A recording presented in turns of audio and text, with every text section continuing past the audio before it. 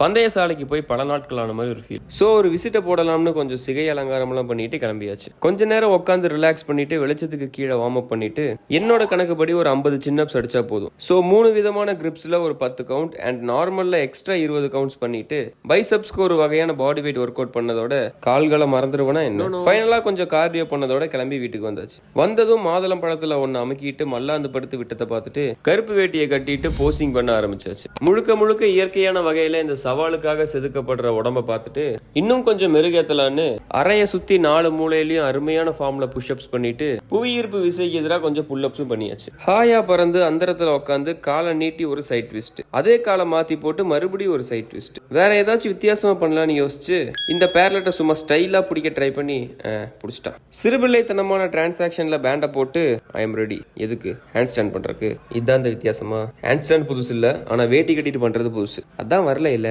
இருப்பா, சவாலை முடிச்சுட்டு வரேன். இன்னி 3 நாள் தான்.